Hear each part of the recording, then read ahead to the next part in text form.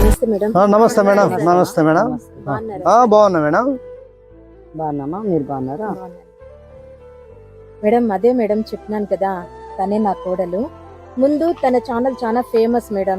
మధ్యలో దురదృష్టం కొద్ది యాక్సిడెంట్ అయింది, ఫేస్ అలా అయిపోయింది. సో తన ఛానల్ ఎవరు చూడటం లేదు, ఫుల్ డౌన్ అయిపోయింది మేడం.